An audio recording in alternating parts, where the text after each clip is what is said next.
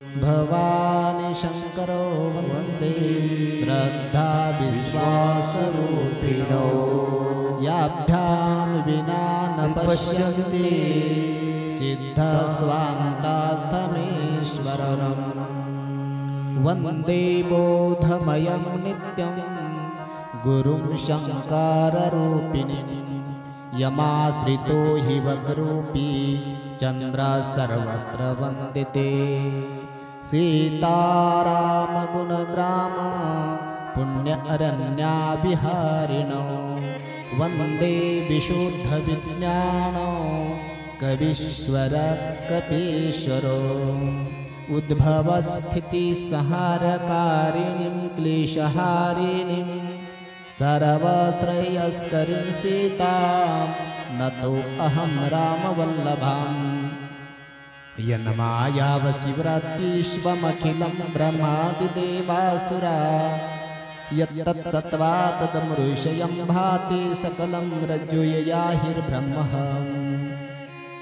यत्पादपल्लवमेकमेवं भवाम्बोधिस्थितिर्षभतां वन्दे अहं तमशेषकारणपरं रामाख्यामीशं हरिं नानापुराणनिगमागमसम्मतयत रामायणे लिखितं क्वचिदन्यतोऽपि स्वान्तसुखाय तुलसी रघुनाथगाथा भाषानिबन्धमतिमञ्जुलमातनोति श्यावर रामचन्द्र भगवान की एक बाणी एक वचनी एक पत्नी मर्यादा पुरुषोत्तम प्रभू रामचंद्र यांचं चरित्र जीवाचं कल्याण करणारं चरित्र आहे. रामकथा ही आध्यात्मिक आधी दैविक आणि आधी भौतिक त्रिविध तापाची निवृत्ती करणारी कथा आहे. रामकथा ही धर्म प्रदान करणारी कथा आहे. रामकथा ही विषरूपी सापाचं विष उतरवण्याकरता एक महामंत्र आहे. रामकथा भवरोगावरची दिव्य औषधी आहे. अशी ही परमपुनीत पवित्र अवीट कधी न विटणारी श्रीरामकथा गेल्या 2 दिवसापासून आपण श्रवण करत आहात. आज कथेचा 3रा दिवस आहे. 3ऱ्या दिवसामधील प्रथम सत्राची आज आपण कथा करत आहोत. रामकथा कशी आहे? माऊलीनी म्हणावं, चंद्रमेजी अलांछन मात्रंडजी तापहीन. चंद्राला कलंक असेल परंतु तापाचं हरण करण्याकरता चंद्राच्या किरणाने माणसाची शीतलता शरीरामध्ये निर्माण होते. गंमत अशी आहे, बाहेरच्या तापासाठी इलाज, बाहेरच्या गरमी होत असेल बाहेर, त्याच्याकरता पर्याय आहे. माणसं कूलर लावतात. बाहेरची गरमी असेल तर आम्ही पांगरखेडच्या नदीच्या काठावर राहणारे लोक काही नसायचं, फॅन नाही, कूलर नाही, दुपारून काम करून आले की अख्ख्या बाया माणसं लेकर कुठे येत आहे, गंगेच्या तटावर यायचे आणि मनसोक्त नदीमध्ये डुबकी लावायची. कोणी बाया बुडतात, कोणी लेकर आंघोळी करतात. कशासाठी? किती गरम होते आज उन्हाने. गंगेमध्ये डुबकी लावली, कूलरच्या हवेखाली बसले तर बाहेरची गरमी जाईल, पण आतमध्ये जी गरमी आहे ना, आतमध्ये जो गरमीचा त्रास आहे ना, ते खूप महान आहे, खूप कठीण आहे. बाहेर एका सूर्याची गरमी आहे, त्याला एक शब्द आहे, त्याला आपण टेन्शन म्हणतो. काय काय म्हणतो? टेन्शन. आता याचा इंग्रजीत जर अर्थ केला तर टेन म्हणजे किती? 10. सन माने सूर्य. टेन्शन किती सूर्याची गरमी आहे? 10 सूर्याची गरमी आहे. ती आतमध्ये आहे.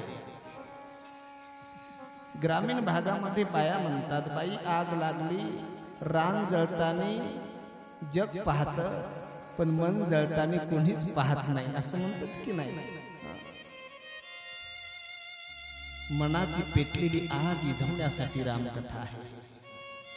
अंतकरणाला लागलेली आग शांत करण्यासाठी रामकथा आहे. ती रामकथा कशी आहे? तर रामकथा शशी किरण सम. रामकथा शशी किरण समान. रामकथा शशी किरण समान. रामकथा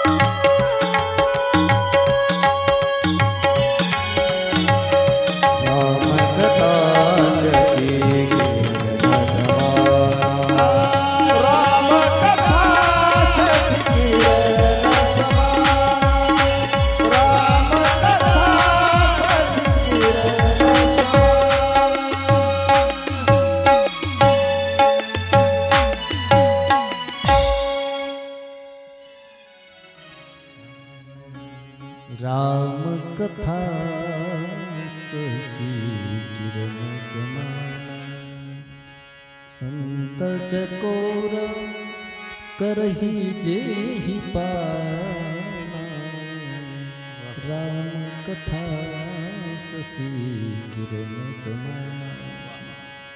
भजन आणि भोजन ह्या दोन गोष्टी सोबत सोबत केल्या पाहिजेत. पंक्तीमध्ये माणसं जेवाय बसली की घरच्या पेक्षा 2 अधिक दाबतात. दाबताय की नाही? घरी काही बनवता भजनही सगळ्यांनी सोबत भजन केलं. भजन आणि भोजन ह्या 2 गोष्टी मिळून करायच्या असतात. रामकथा शशि किरण समाना संत चकोर करही जिहि पाना। नाम महात्मे माँ कौशल्या वंदना अवध्या वंदना करून गोस्वामी तुलसीदासजी महाराज रामकथेमध्ये प्रवेश करण्यासाठी प्रसंग मांडतायत। भारद्वाज मुनि बसही प्रयाग तिनहि राम पद अति अनुराग। मंगल भवा अमंगल हारे द्रवभु सुदशरथ अजिर बिहारी। लाखो संत भाविक या वर्षी प्रयागराज मध्ये एकत्रित येतात। तो योग कुंभमेळ्याचा आहे।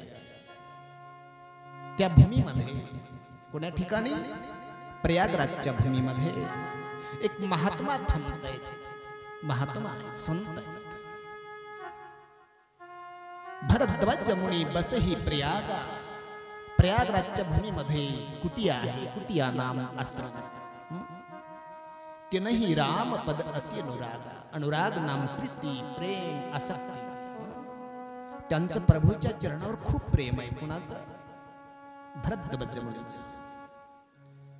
गंमत अशी आहे, एका दिवसासाठी नाही तर 4 महिन्याकरता संपूर्ण देशातला संत महात्मा जनसमुदाय त्या ठिकाणी एकत्रित येतात। 4 महिने एकत्रित राहतात आणि चतुर्मास पूर्ण झाल्याच्या नंतर ते आपापल्या स्थानाकडे निघतात। त्यावेळेस भारद्वाज नावाच्या महात्म्याने यज्ञवल्क्य नावाच्या ऋषीला नमस्कार केला आणि प्रश्न केला, गुरुदेव चाललात आपण? हरकत नाही आहे, पण माझ्या मनामध्ये एक संशय आहे गुरुदेव। कोणता संशय? विचारलं। या ठिकाणी लाज आणि भय 2 गोष्टींनी माझं मन व्याप्त आहे गुरुदेव। असा कधी प्रश्न विचारला तर लाज वाटते की एवढे दिवस तर मी प्रयागराज मध्ये राहिले ना, आणखी रामाबद्दल माहित नाही। भैया गोष्टीचं वाटते, न जाणू कोणी परीक्षेच्या हिशोबानं तर विचारत नसेल, तू राम कोणता आहे? नारी दुःखम लहे अपारा भयेऊ रोषो रावण मारा। पुछत चले लता तरु पाती। ज्या रामाचं तुम्ही वर्णन करता त्या रामाकडे आम्ही पाहिलं, बघितलं। तो राम रडतोय आपल्या पत्नीसाठी। वृक्षाला मिठी मारतो, अशोका कधी हरणाला विचारतो, माझी सीता बघितली का? सीते, जानकी, जो स्वतःच्या पत्नी करता रडतो तो ब्रह्मांडाचा मालक आहे। माझ्या मनामध्ये संशय आहे गुरुदेव। त्यावेळेस आणि त्याच्याबद्दल मला सांगा। तुला जसा भ्रम झालाय भरद्वाजी महाराज, तुम्हाला जसा भ्रम झाला तसाच रामप्रभू बद्दल सतीलाही सुद्धा भ्रम झाला होता। तो प्रसंग असा आहे, ज्या वेळेस भगवान कैलाशपती भोलेनाथ भगवंताची कथा श्रवण करण्याचं मनात येतं आणि सप्त्याचा विचार करतात, कुठं सप्ताह चालू आहे का, कुठे कथा चालू आहे का। आणि माझी शिवजी निघतायत कथा ऐकण्याकरता, तेव्हा सोबत कोण आहे?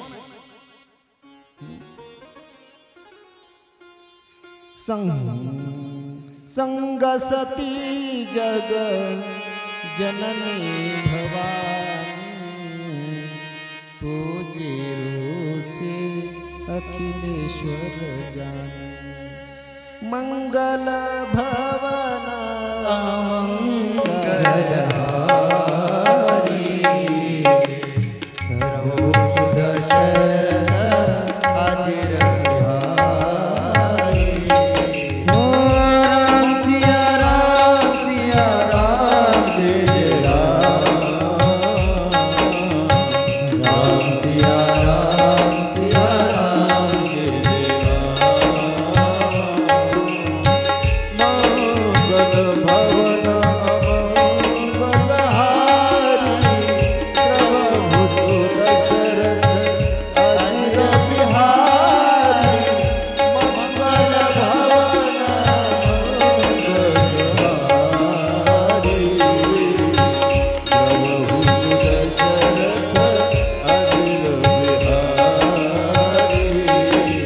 राम सिया राम जय जय राम राम सिया राम जय जय राम राम सिया राम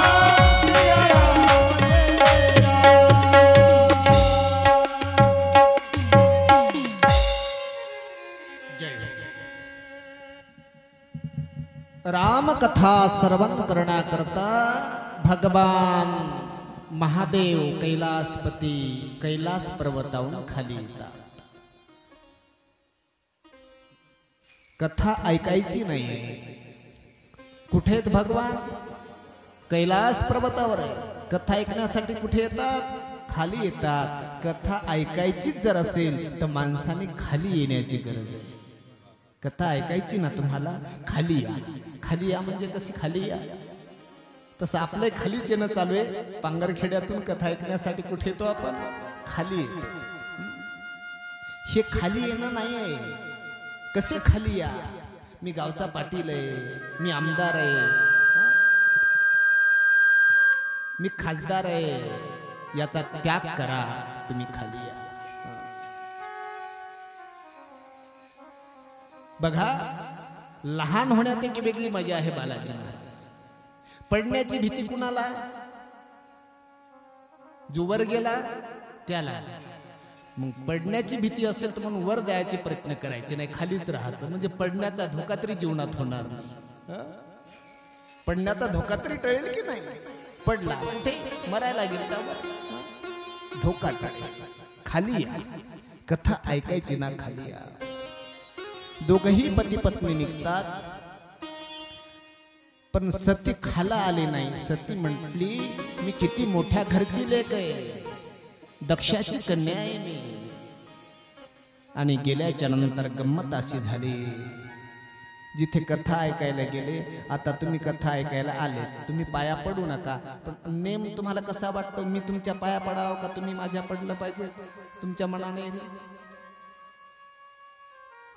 तुम्ही हसता, असं पाहता माझ्याकडे. समजा असं मी पाया पडणं तुमच्या योग्य आहे का? तुम्ही माझ्या पाया पडणं योग्य आहे? नाही म्हणले महाराज, आम्ही कथा ऐकायला आलो, तुम्ही महाराज आम्ही तुमचं दर्शन घेतलं पाहिजे. पण उलट झालं तिथं. जे महाराज कथा करण्याकरता आहे, जे महाराज आहे, ते महाराज आले कथा ऐकणाराच्या पाया पडायसाठी. तांब्या घेतला, पुष्प घेतले, महादेवाचे पाय धुतले. महादेवाची पत्नी सती म्हणाली, मालक महाराज कोणते आहे तो? आपण कथा करायला आलो. ते म्हणले, आता आपले पाय धुतले नाहीत का? ते महाराज आहे. सतीला भ्रम झाला. अरे महादेवाच्या पत्नीला भ्रम होऊ शकतो, तुमच्या आमच्या पत्नीला होईल याच्यात काय नाही. म्हणले, बाई हा महाराज आपल्या पाया पडतो कथा ऐकणाराच्या, तर हा काय कथा करणार आहे? भरम झाला. 7 दिवस कथा श्रवण केली. राम कथा मुनी ब्रज बखानी, सुनी महेश परम सुख मानी. आनंद वाटला माझ्या भगवान भोलेनाथाला. ऋषी पुषी हरी भक्ती सुहाई, काही संभू अधिकारी पायी. मुनी सन विदा मागी तिरी पुरारी. आणि मग भोलेनाथापासून भोलेनाथ निरोप मागतात की आता सप्ताह झाला, आता आम्ही आमच्या गावाला निघतो. ऐका, कथा ऐकणं वेगळं. कथेचं फळ सांगू तुम्हाला. देवाचं चिंतन जर ऐकलं ना, पंढरपूरचं वर्णन ऐकलं असेल, पुन्हा पंढरपूरला जर कोणी गेला नसेल ना, तर त्यानं जर वर्णन ऐकलं असेल तर त्याला वाटलं पाहिजे, देवा तुझी माझी कधी भेट होईल रे. कधी रामकथा जर ऐकली तर ऐकणाऱ्याच्या मनात असं आलं पाहिजे की ज्या प्रभूची आपण कथा ऐकली त्याचं दर्शन कधी होईल. भेटी लागी जीवा लागली से आस, भेटी लागी जीवा लागली से आस, भेटी लागी जीवा लागली से आस, भेटी लागे जीवा लागली से आस, भेटी लागे जीवा लागली से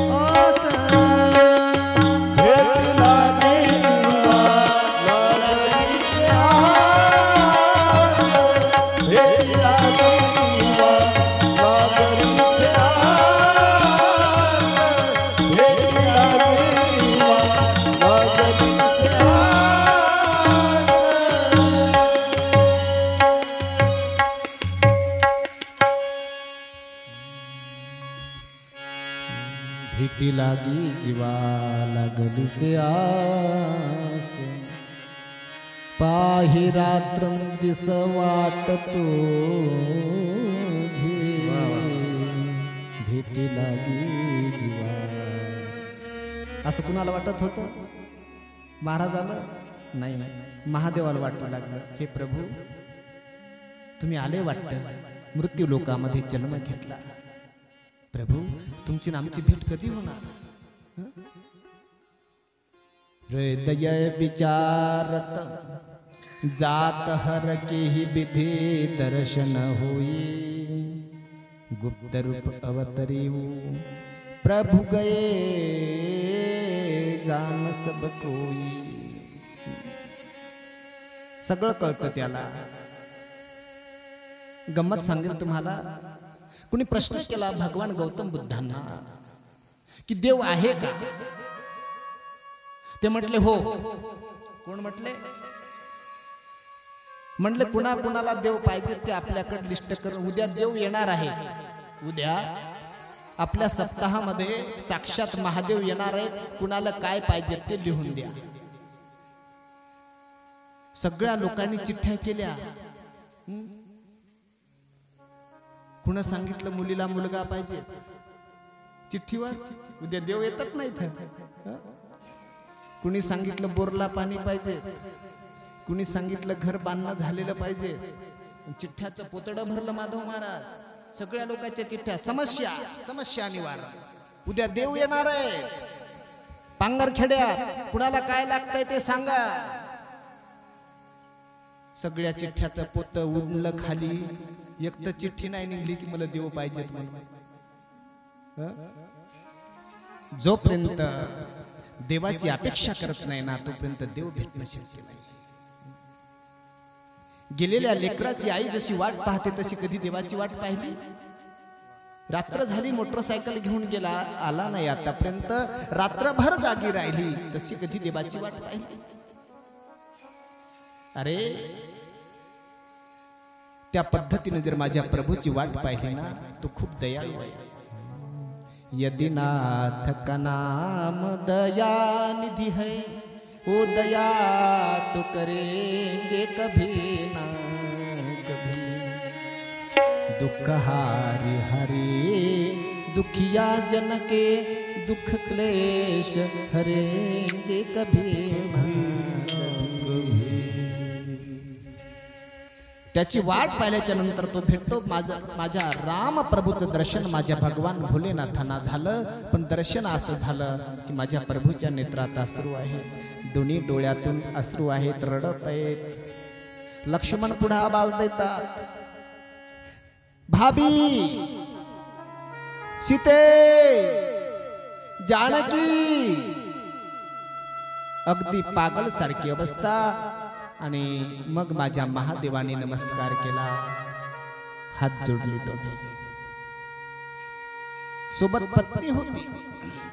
पत्नीने विचारलं, मालक माझ्या सतीने भोलेनाथ हात कुणाला जोडताय आपण? ते म्हणले, सती 7 दिवस ज्याची कथा ऐकली ना त्यालाच हात जोडतो. मग सतीला भरम झाला, परमात्मा कसा आहे? सचितानंद घन आहे, सचितानंद घन परमात्मा आहे.